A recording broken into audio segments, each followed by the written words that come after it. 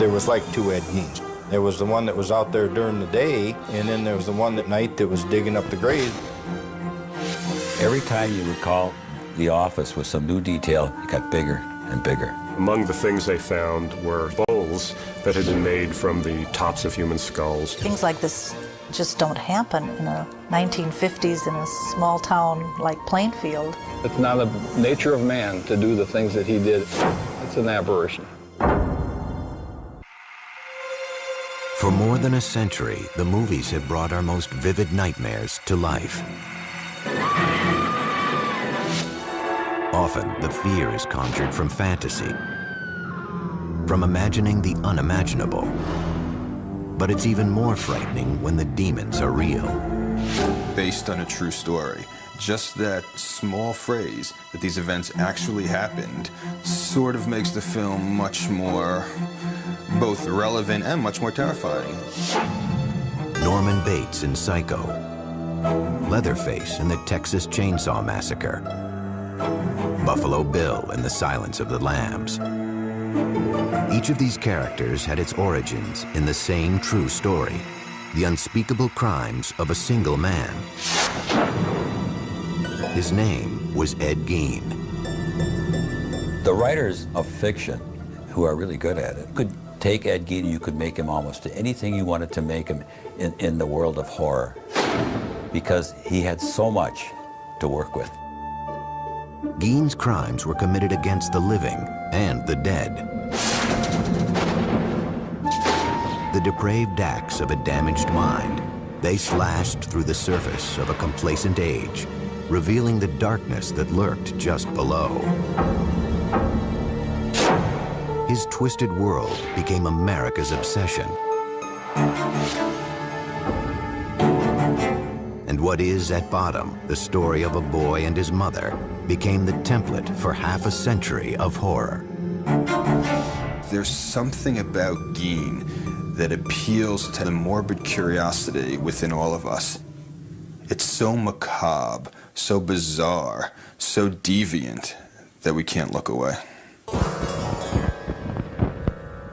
How long have you known Mr. 7 years? 7 years. What kind of a man did you know him as? Well, a man, he's a nice man, just like anybody else. The only difference I'd say in the man, he seems to be a little hot.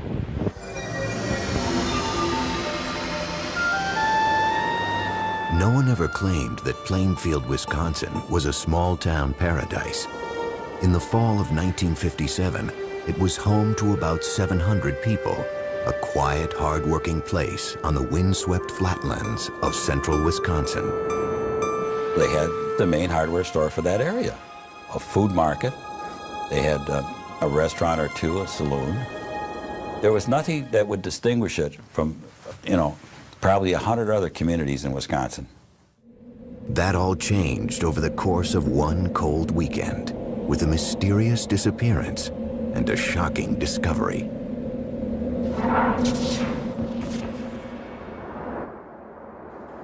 Saturday, November 16th marked the beginning of an annual Wisconsin ritual. Deer season. In Plainfield, the men hunted not for sport, but for food. Their trophies would be killed, hung in barns, and dressed out, gutted and butchered.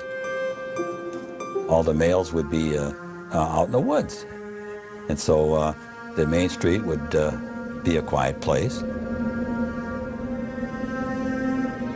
Particularly quiet that morning was Bernice Warden's hardware store. Though the store was supposed to be open, the 58-year-old proprietor was nowhere to be found.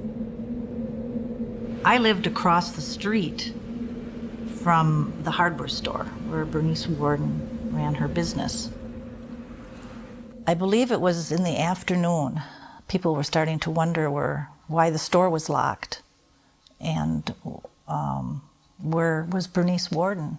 So her son came back from deer hunting himself and found that the place was a mess. There was blood all over the floor, and they started to investigate what might have possibly happened to her. In Interviewed by police, Bernice Worden's son mentioned a frequent customer who'd been in just the day before to check on the price of antifreeze. Ed Gein, a 51-year-old bachelor who lived in an isolated farmhouse outside of town. Everybody had a role to play in this town. And I think that Ed Gein was recognized probably not as the village idiot, but as a village oddball, I would say. That evening, about 2 hours after Bernice Worden was reported missing, Sheriff Art Schley headed out with another deputy to Ed Gein's farm. If you ever wanted to have a Halloween party, that would be a great place for it. It was a spooky house out in the edge of town, and it was dark, and there wasn't a sign of life there. The doors of the house were locked, so the officers decided to take a look inside the woodshed.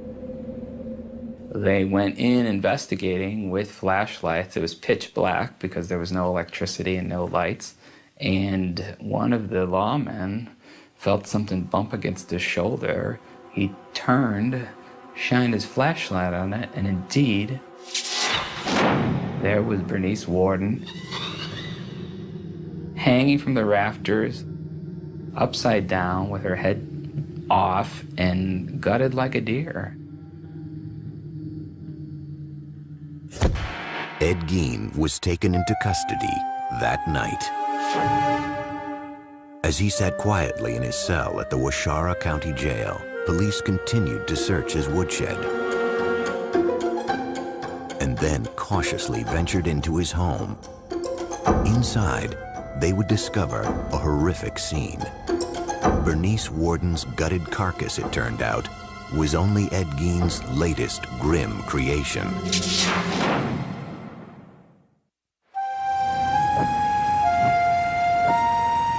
On November 16, 1957, the quiet farming town of Plainfield, Wisconsin was abuzz with rumors about the murder of one of its residents.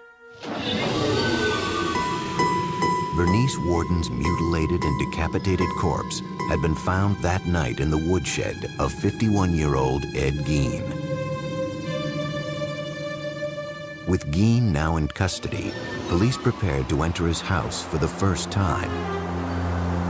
It was a cold, dark night, and the place had no electricity. The officers had only lanterns and flashlights to illuminate the scene.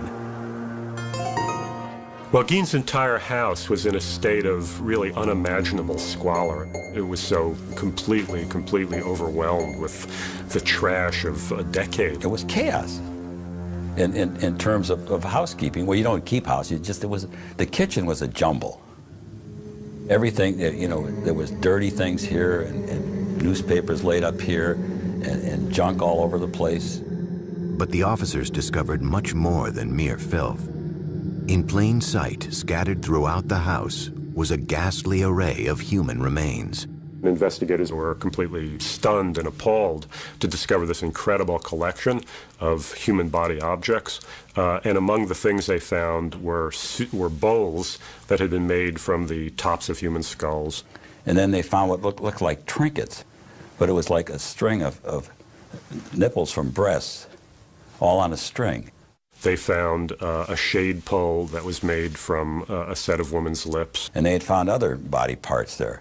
Then you'd go out into what would be like a living room, and they found furniture, a lampshade that was made out of human skin, chairs that were upholstered in human skin.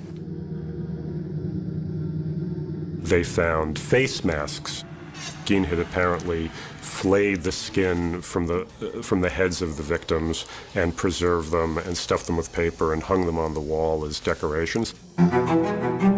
Each disturbing discovery seemed to top the previous one, until finally, one officer came upon a brown paper bag. He opened the paper bag and saw a hank of human hair, and as he himself later described it, he said he had no idea what possessed him to do it, but just sort of reflexively, he reached in and pulled this thing out. To his horror, he discovered it was a woman's face. Worse yet, it was someone the cops recognized, a local bar owner named Mary Hogan, who had gone missing 3 years before.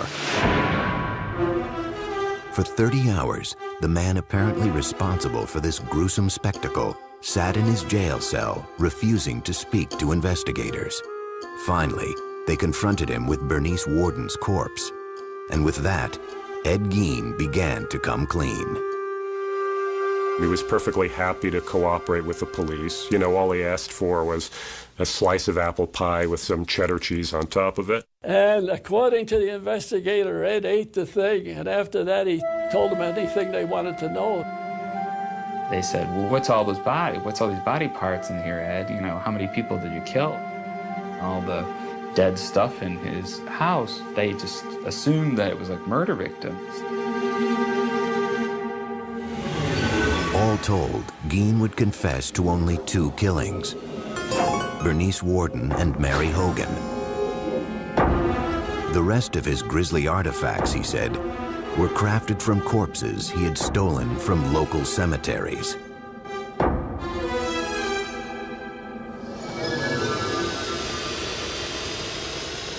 Plainfield woke up that Sunday morning to find out what had been living in their community for all these years, and that was Ed Gein.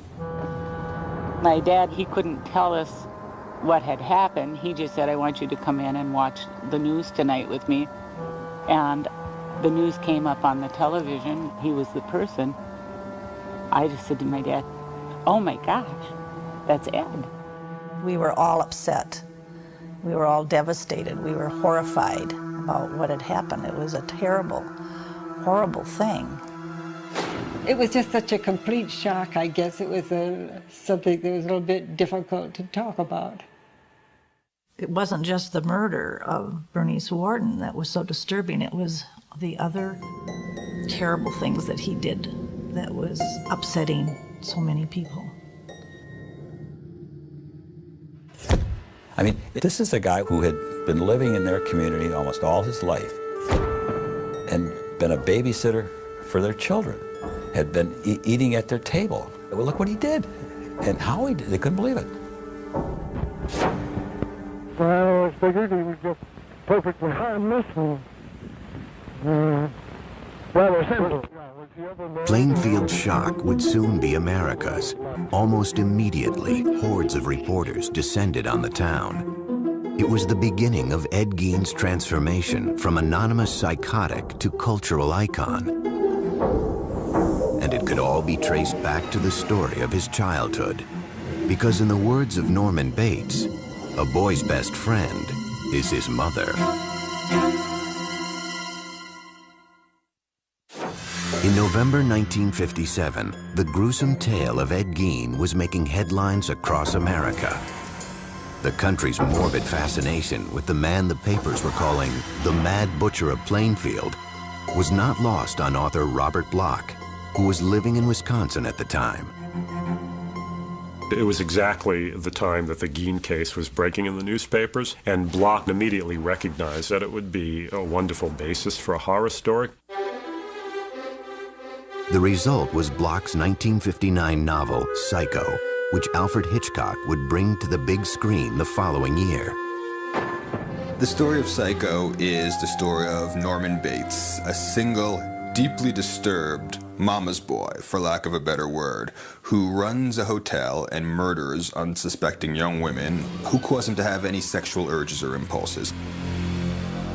One of the main things that Bloch took from the Gein case was the psychological relationship between Norman and his mother, which very much parallels that between Annie and his mother.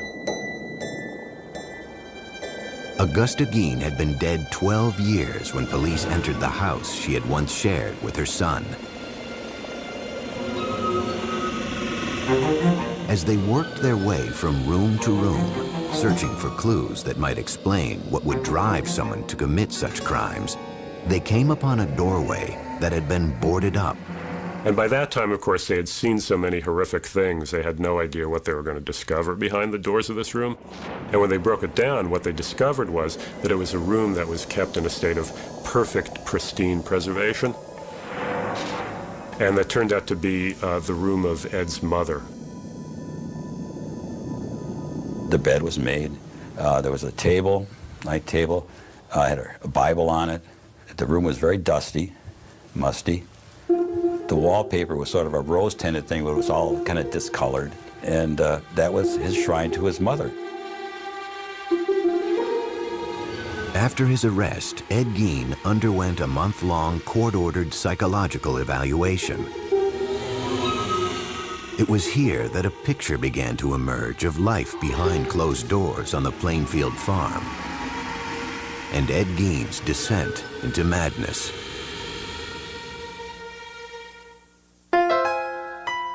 Born in 1906 in La Crosse, Wisconsin, Edward Theodore Gein was the son of an alcoholic grocery store owner and a strong-willed, God-fearing housewife. When he was 8, his mother Augusta insisted that the family leave their La Crosse home. One reason, apparently, she insisted that the family move from La Crosse was because, in her mind, you know, it was like Sodom and Gomorrah. With the proceeds from the sale of their grocery store, the Gein family settled onto a 200-acre farm in Plainfield. Isolated, the family dynamic grew stranger and stranger. Mr. Gein had a very strange relationship with his mother. It was a love-hate relationship. He listened to her and worshiped her and followed her very closely. She was religiously devout, if not fanatical woman. Very, very domineering, very, very strong-willed. I mean, she completely dominated her husband, as well as her 2 sons, Gein and his brother Henry. Augusta would preach a lot out of the book of Revelations that said that women were whores, women were tramps, women were definitely evil beings out to, you know, hurt people. The Gein household really became a sort of breeding ground for psychopathology. You know, you have these 4 people stuck together, completely under the sway of this woman. So it really becomes an incubation place for madness.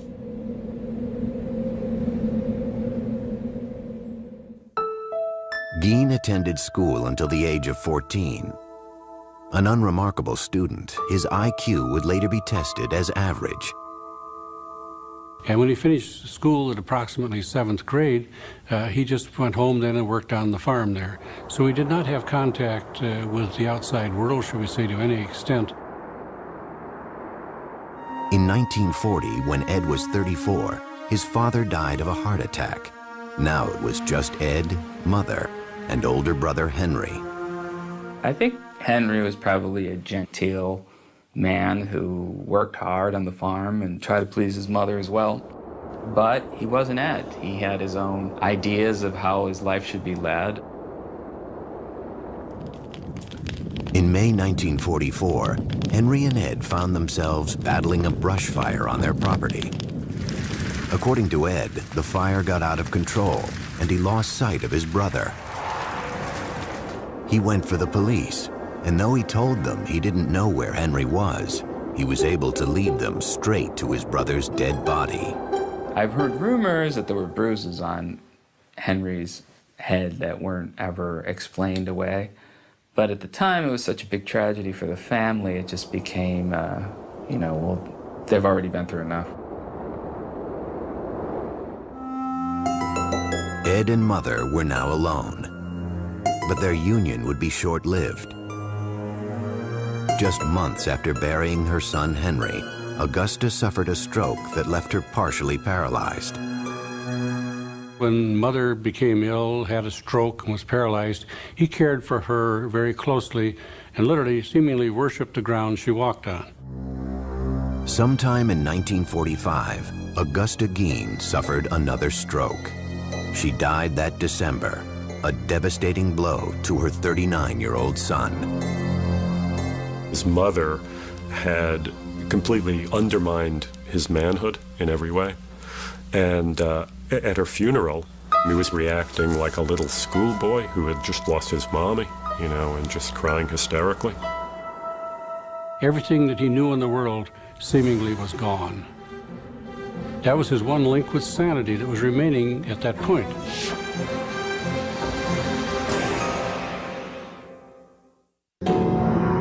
Until 1945, Ed Gein's world had been entirely defined by his deeply religious and domineering mother. Her death that December left him for the first time on his own. Living alone in an isolated farmhouse outside Plainfield, Wisconsin, the 39-year-old earned money by helping the townspeople with odd jobs or working on threshing crews.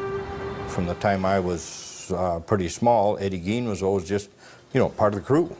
From where our farm was, he was about 2.5 miles away is all.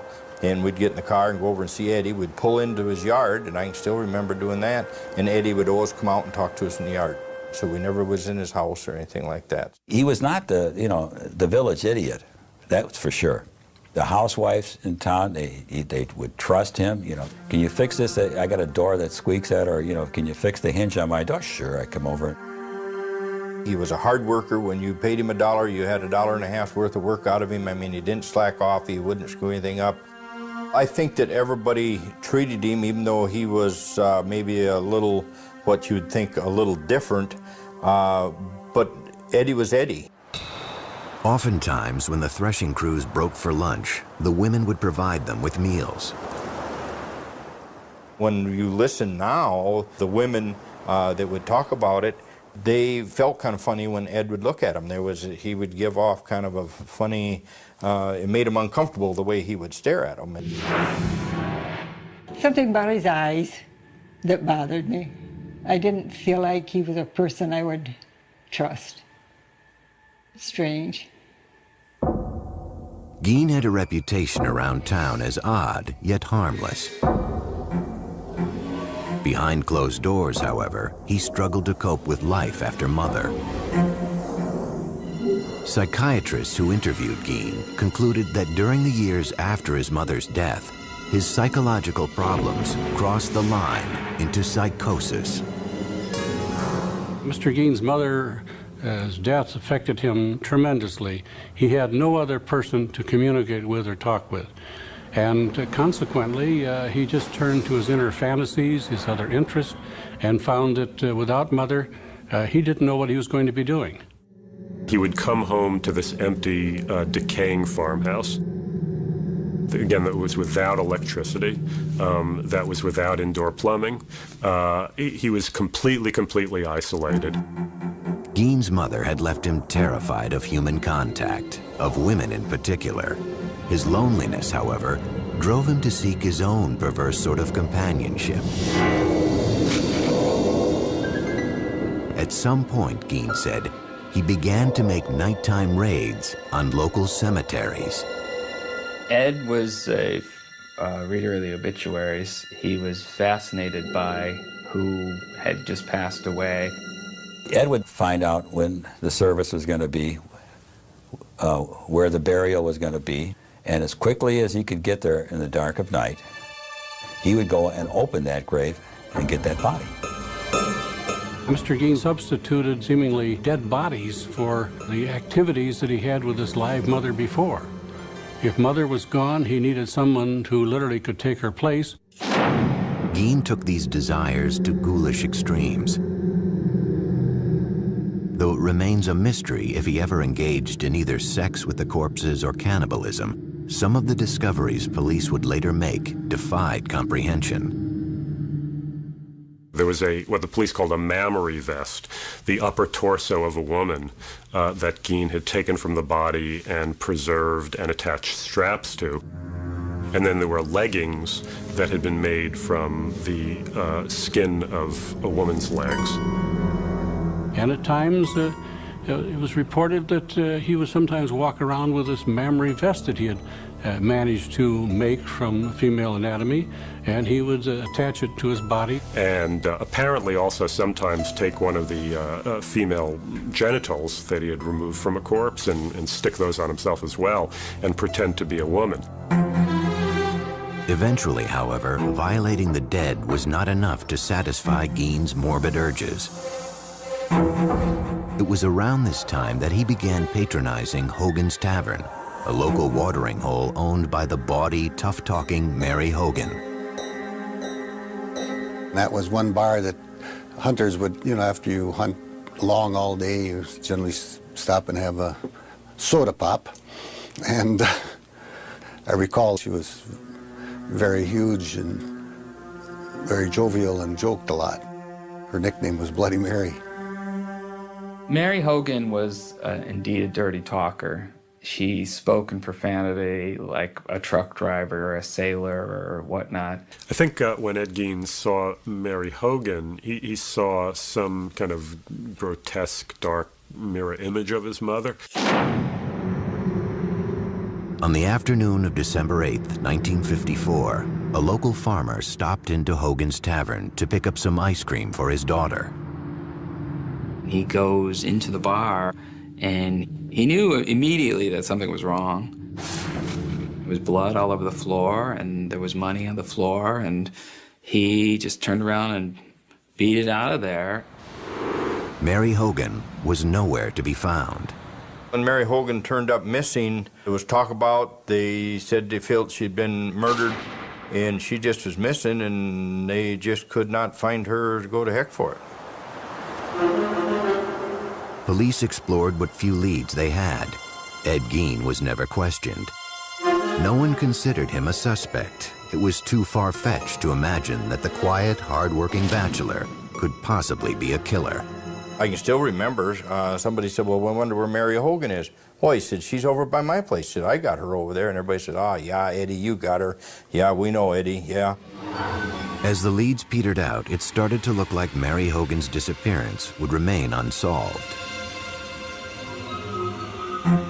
Until the night of November 16th, 1957, when police found her face in a paper bag in Ed Gein's kitchen. Maybe he felt he wanted to incorporate her into his home, and this was his way of bringing home a bride. But he brought her home as a corpse.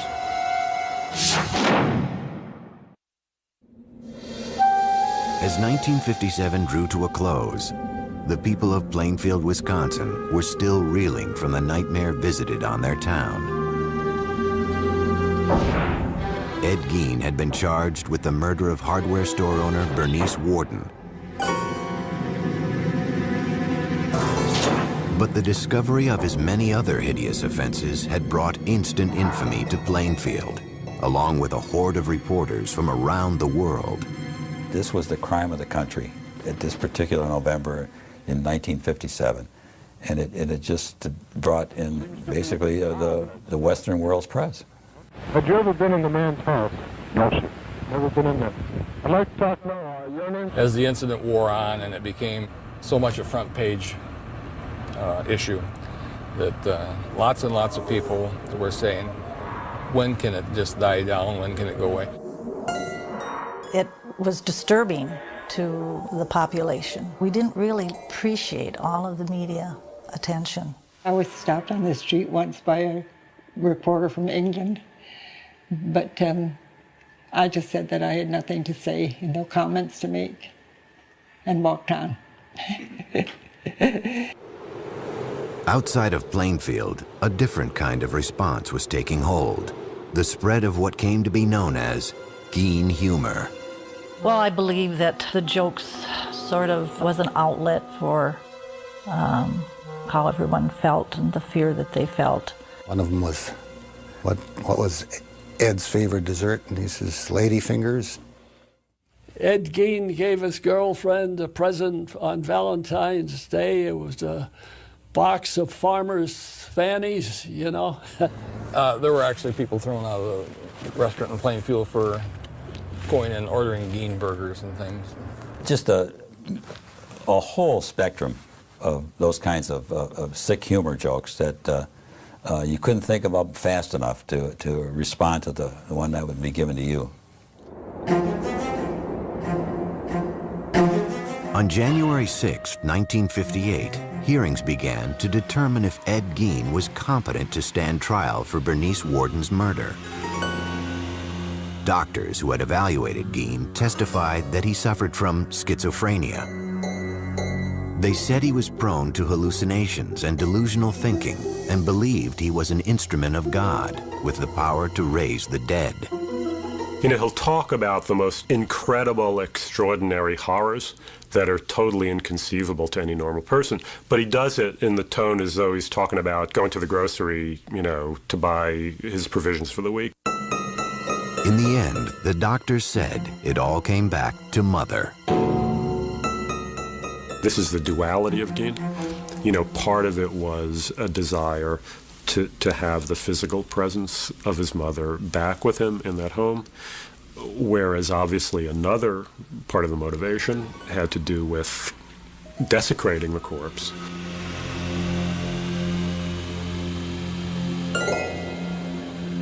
Reporter Dick Leonard remembers sitting next to Gein as the sanity hearing drew to a close. At that moment, he says, he caught a glimpse of the scared, sick man behind the monster. I looked at Ed, and he looked at me, and I could see he was nervous. He was fearful. And he says to me, "What are they going to do to me? What are they going to do to me?" So the judge raps and everybody to be quiet. And I had my hand down on the bench here, and he's next to me. And he reaches over and grabs my hand like I was his mother or something. That afternoon, the judge ruled that Ed Gein was legally insane and therefore not competent to stand trial. He was sent off to live at Central State Hospital for the Criminally Insane, a psychiatric hospital in central Wisconsin. For the people of Plainfield, life after Ed Gein would never be the same. We never locked our doors before this happened. But we began to lock our doors. The 50s was an era of innocence, I believe, and it's pretty much ended that. Still, there was one last piece of business for the town to attend to. On March 30th, 1958, Palm Sunday, Gein's farm and personal effects were scheduled to be auctioned off. But in the early morning hours of March 20th, residents awoke to a strange orange haze glowing a few miles out of town. There will be an auction here Palm Sunday, but this house and the personal belongings of Ed Gein will be conspicuously absent. Call it an act of God or whatever you will. The main attraction will be missing, reduced to a mass of rubble by a mysterious fire. News of the fire reached Gein himself later that morning. I went to Ed's room and I told him that his house had burned down. And he made a gesture just as well, the exact words that he said. In the end, after a brief investigation, the cause of the blaze remained a mystery. Residents of Plainfield were just happy the place was gone. The people in Plainfield were so happy that this house burned down and this was going to go away. We weren't going to be bombarded by the media. We were not going to be having tourists come to Plainfield to see Ed Gein's horror house. The auction of Ed Gein's estate still took place as scheduled on March 30th. Gein's grisly handiwork was not up for sale. All the human remains had been shipped off to the Wisconsin State Crime Lab. Yet that didn't stop hundreds of curiosity seekers from descending on the farm. One of the things sold at the auction was Ed Gein's car, which a very enterprising carny type immediately purchased and started to take on tour. Ed Gein's car used to show up at county fairs, like an exhibit. you know, like the two-headed cow, or, you know, the bearded person, so that that would be an exhibit, and you could put a tent around it and charge admission. At Central State Hospital, staffers soon came to view Ed Gein as something of a model patient. Ed was a quiet individual. He'd go and sit in the corner in the day room, and we had some nice lounge chairs out there, and he'd read the paper there. He wouldn't converse too much with other patients. I can remember we used to play cribbage together out in the day room. There were, however, times when Gein behaved oddly. When it got, say, full moon, he would talk about women, what he'd like to do to them, and just ramble on, just like very incoherent. And then as the full moon dissipated, he would get more back to normal. But he always had that glint in his eye that you kind of figured there was something there that was wrong. In 1968, Gein's doctors wrote a letter to the court stating that Gein was now competent to stand trial for the murder of Bernice Worden. When he walked into the courtroom, there was dead silence. It was just, I mean, you could hear a pin drop. And then he walked in and he stopped a little bit and he bowed his head to the audience. After a 9-day trial, the judge found him guilty. The 62-year-old was sent back to Central State to live out the rest of his days. In time, Ed Gein's macabre fame would fade, yet his twisted saga would never lose its capacity to shock or its power to provoke our deepest fears.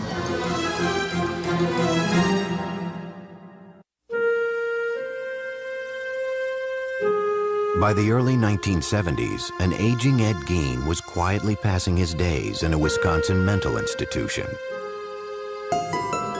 He'd go to his room a lot and lay on the bed and kind of daydream.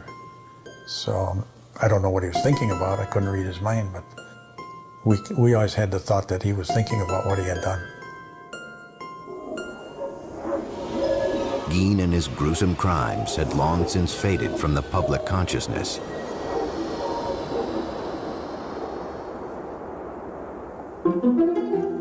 Yet the story of the so-called Mad Butcher of Plainfield had firmly taken root in the darkest reaches of the American psyche. It was a time where he became almost unlifelike, almost like he was a creature of fiction, I think. Some type of a demigod, almost. My name is Gunnar Hansen. In 1973, I killed 4 people. I was Leatherface in the Texas Chainsaw Massacre. When Texas Chainsaw Massacre was released, it played predominantly in drive-ins. And to say there was an uproar over it would be an understatement. You know, teenagers went in their cars looking for a good time. And what they were exposed to was literally 90 minutes of pure hell. Directed by Tobe Hooper, the film featured a character named Leatherface, who wore a mask made of human skin.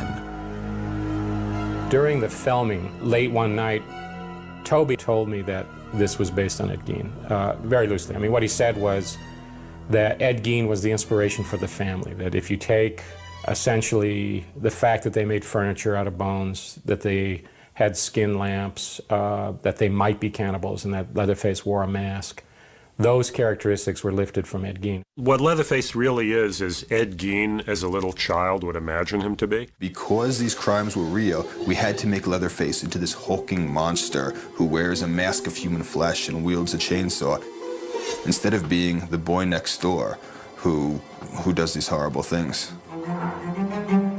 17 years later, a different take on the legend of Ed Gein would help make the film The Silence of the Lambs a critical and commercial hit. If you look at The Silence of the Lambs, where the Buffalo Bill character is trying to make a skin suit out of women's body parts, which is something that's based directly on Gein. The killer, the grave robber, all of the things that, you know, you want to get into a good horror story, he was there. He was their source. because the imagination could take Ed Gein anywhere, and it has. The irony is that as twisted as Norman Bates was, as terrifying as Leatherface wielding his chainsaw is, and as pathologically insane as Buffalo Bill is, Gein was worse. Gein had everything these characters had in spades. 2001 saw the release of a low-budget independent film about the life of Ed Gein. I thought Ed Gein would be a good topic for a movie just because of the mindset of this person. This person who lives by himself with his fantasies and with just his loneliness and his mental illness, eventually steps over the line and becomes a killer. On July 26, 1984, Ed Gein died of respiratory failure. He was 77 years old. There wasn't too much emotion at that time. There wasn't much talk going on in town other than he's gone. He's dead. Ed Gein ended up being buried in the most appropriate place for him, right next to his mother in the Plainfield Cemetery. You know, ever since her own death in 1945, it had been his great dream to get back to her, and finally in death he had achieved that. Sometime after his death, Ed Gein's tombstone was stolen from the ground. It was eventually recovered and is currently being kept in storage at the Waushara County Sheriff's Department. To this day, however, groundskeepers at Plainfield Cemetery still find flowers and letters that have been left at his grave. There's no way in the world that anyone could ever decipher completely or even intelligently what Ed was thinking or doing. It's not the nature of man to do the things that he did. It's an aberration. The fact that Ed Gein was a sick man mentally, I don't think that mattered to any of us. He did some horrible things no matter what his condition was, and so we had no sympathy for the man. Mr. Gein was an example of a monster that was in hiding. He was not known to his neighbors. He presented a facade of normality to them, and that's why he literally could have the mask of sanity over the whole situation until he was discovered. Obviously, we can never really know. To ask what made Ed Gein is ultimately as unknowable as to ask what made Mozart Mozart. You just don't know.